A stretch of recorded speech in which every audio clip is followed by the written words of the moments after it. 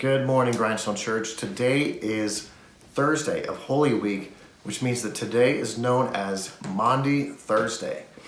Today's a day of anticipation for the grim events of Good Friday and for the joyful events that come ahead in Easter Sunday.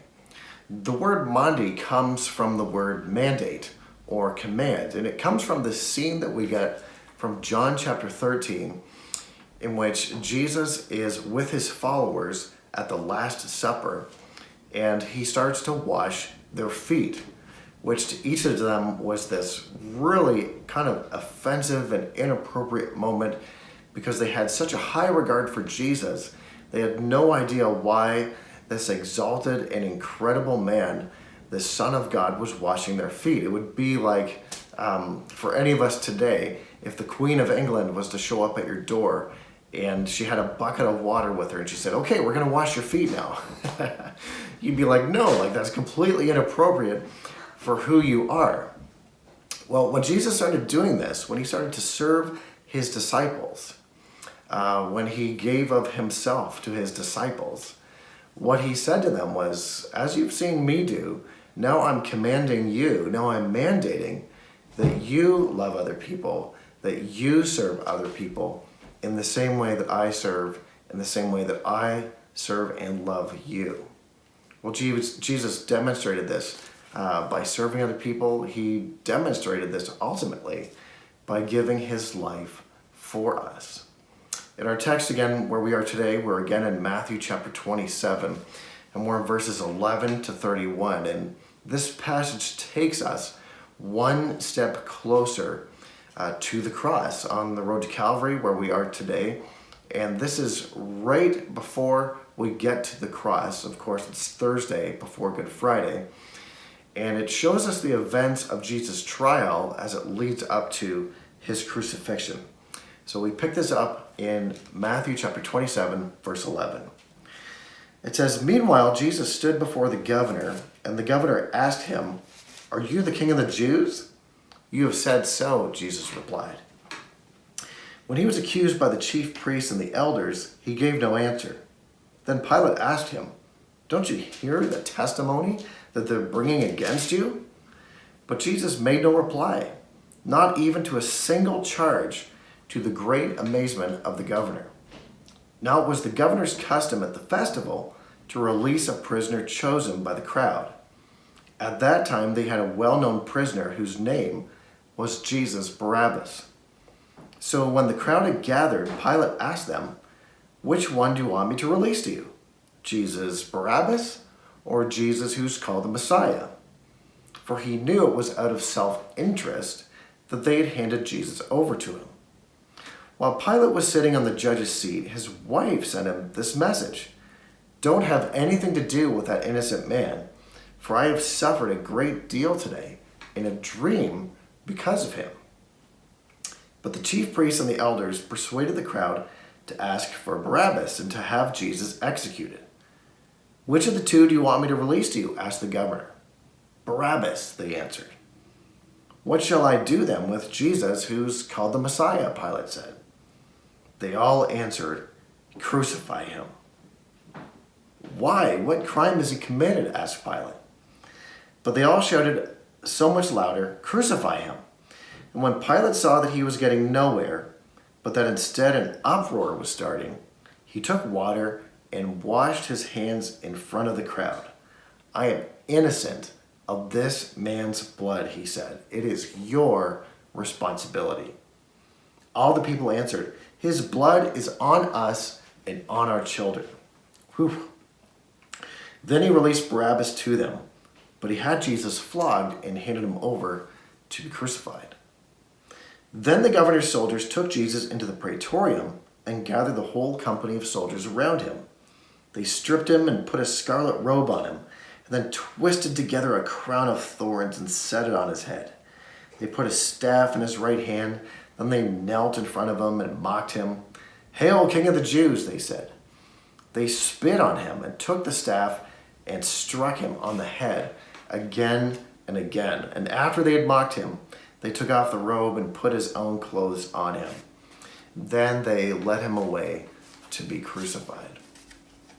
On the night that Jesus was arrested in Gethsemane, he was essentially given up by one of his disciples who sold him out for some money. And the chief priest and the Sanhedrin called together very often these secret trials in the dead of night, and the verdict handed down was that Jesus would be crucified.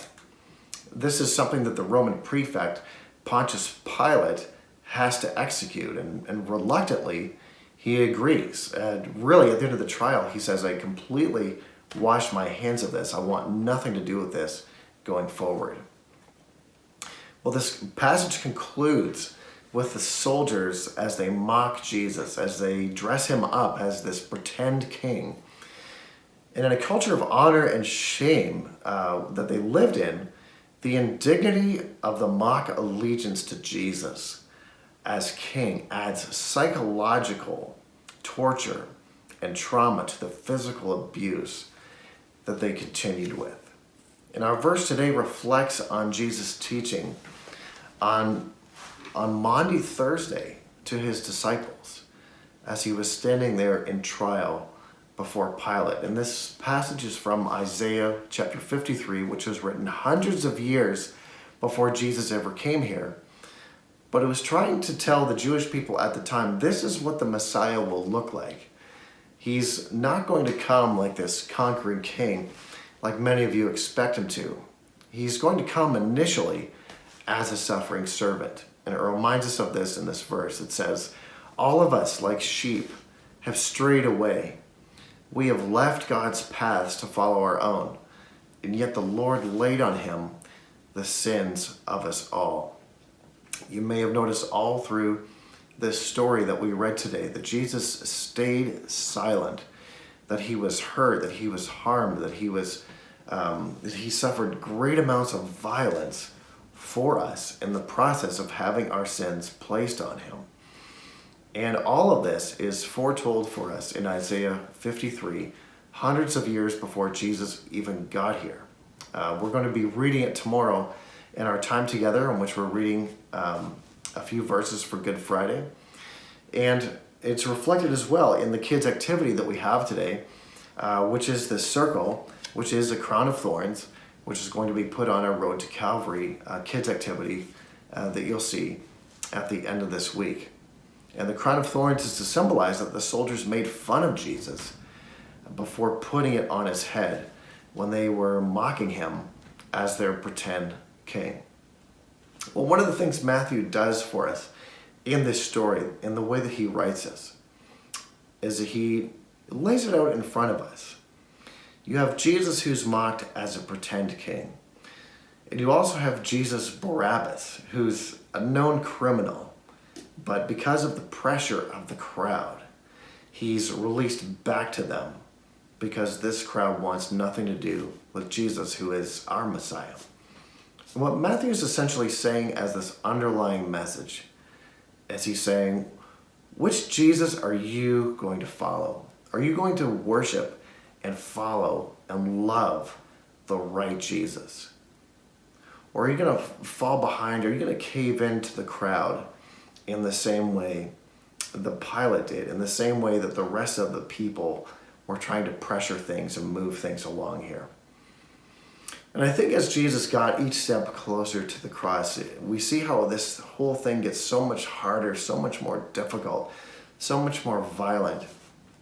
What we need to remember, I think, on a day like Maundy Thursday, is to remember the love that Jesus had for us, that compelled him to keep moving. Not only his love for us, but the importance that he placed on his obedience to the Father. He, as the Lamb, kept going closer and closer to the cross in order to have our sins placed on him so that we could again be reconciled to the Father and have a relationship with him.